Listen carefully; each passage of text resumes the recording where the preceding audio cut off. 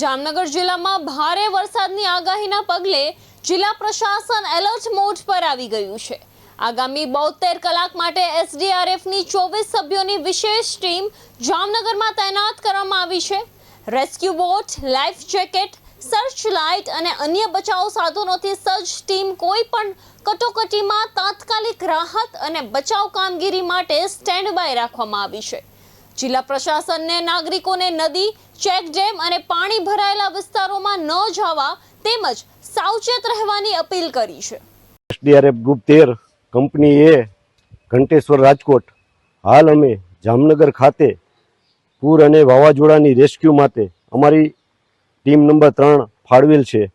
જે ટીમમાં અમારે હાલમાં 3 ટીમ છે। એક ટીમ રાજકોટ ગ્રામ્ય ખાતે છે, એક ટીમ સુરેન્દ્રનગર ખાતે છે, એક ટીમ જામનગર ખાતે ફાળવેલ છે। અમારા company commander PI Shri Kotadia સાહેબ શ્રીના માર્ગદર્શન હેઠળ સતત માર્ગદર્શન અમને આપતા રહ્યા છે અને માર્ગદર્શન હેઠળ અમારી આ ટીમ જામનગર ખાતે રેસ્ક્યુ માટે તૈયાર છે। હાલમાં અમારી પાસે 2 બોટ છે, એક ત્રાપો છે, બેસ્ટ લાઇટ છે